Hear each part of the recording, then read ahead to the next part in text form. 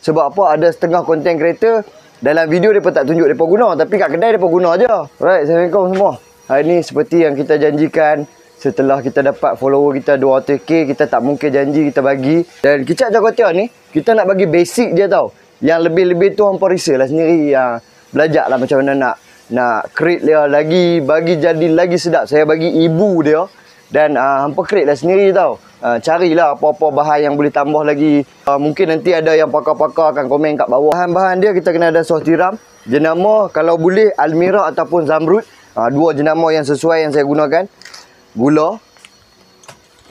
Ajinomoto transparent geng. Saya guna, saya kata saya guna. Saya tak guna, saya kata tak guna. Sebab apa? Ada setengah content creator dalam video mereka tak tunjuk mereka guna, tapi kat kedai mereka guna je. Kan kita tahu. Tapi kita transparent. Saya guna, dan kalau hampa nak guna pun boleh, hampa tak mau guna pun, hampa nak tukar benda lain, cukup rasa ke, hilal ke, apa saja yang boleh menggantikan ni, silakan, tak ada masalah. Okey. Kicap pekat karamel, okey, dekat sikit. Saya tunjuk satu-satu jenama cap unta, tudung dia color merah. Dia ada dua jenis, satu tudung hijau, satu tudung color merah. Kicap sotong, tak kisah jenama apa, no problem. Kicap sotong, tak ada masalah. Dan air sebanyak 4 liter. Okey. Alright, kita tuang sos tiram 250 gram. Kalau lebih sikit no problem, tak ada masalah. Okey, 250 gram. Ajinomoto 175 gram. 175 gram ni untuk lebih kurang 100 orang makan. Kita masak ni kena logik akal. Kalau kata 100 orang makan, takkan nak bos cancar kan? Ini untuk 100 orang orang makan lebih kurang satu tong ni sebanyak 4 liter. Okey? Kita masak ni kadang-kadang kita kena fikir juga logik akal kita. Okey, kita timbang gula. Sebanyak sama 175 gram. Okey, ni gula sama dengan Ajinomoto 175 juga. Kicap sotong sebanyak 100 gram lah. Kicap sotong ni jangan terlajak banyak tau, sebab dia masin. Ngam-ngam je. Okey, kicap sotong sebanyak 100 gram. Alright. Okey, cuma bahan-bahan ni je hampa perlu. Dan kita akan timbang kicap karamel ni untuk colouring dia. Kita kosongkan dia sebanyak 50 gram.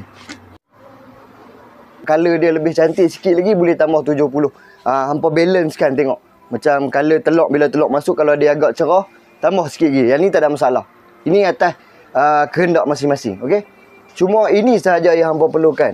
1, 2, 3, 4, 5. Yang ni adalah basic dari ibu dia. Kalau hampa nak tambah yang lain boleh, tak ada masalah. Okey, jom kita masak dia dulu.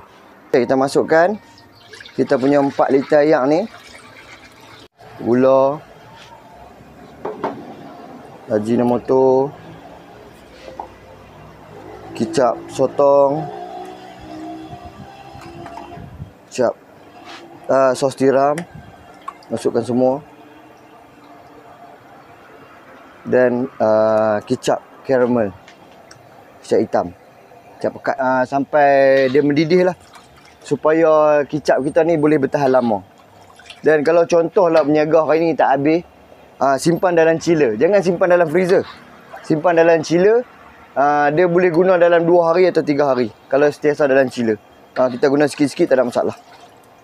Kalau parti dia lain, sebab yang ni dah bancuh. Ni kategori dah bancuh. Tinggal cedok, bubuh dan masak kotel je. Siaplah kicap cakotel kita. Sebanyak 4 liter lebih, dia akan jadi 4 liter lebih lah, 4.5 macam tu lah bila tambah bahan. So yang ni lebih kurang dalam 80 ke 100 orang makan lah. Saya anggarkan lah, kalau tak cukup tu mungkin terkurang sikit lah kan. Okey, saya halalkan resepi ni untuk hampa semua. Yang mana nak berniaga boleh buat berniaga, tak ada masalah. Dan saya tak sembunyikan apa pun. Sampai detail dia saya pergi beli timbang, detail timbang kat hampa bagi hampa faham kan. Kalau yang nak kecam pun silakan. Kalau saya tak betul, saya minta maaf sebab saya bukanlah perfect. Tapi kemungkinan benda yang saya bagi ni banyak orang yang tak tahu. Dan orang yang tahu tu tak apalah, hampa dah tahu. Okay, kita bagi kat orang yang tak tahu ni. So jangan risau kalau yang meniaga-meniaga cakutel tu. Jangan risau, rezeki hampa tu tak ada. Yang saya bagi ni adalah rahsia untuk rezeki orang-orang lain pula. Tak payah risau buat rezeki. Tuhan dah atok dah rezeki kita tu, no? Terima kasih banyak-banyak support hampa daripada dulu sampai sekarang. Dan jangan lupa terus support Washroom Risau Fahmi. Dan kami akan bagi video-video yang bermanfaat lagi untuk hampa.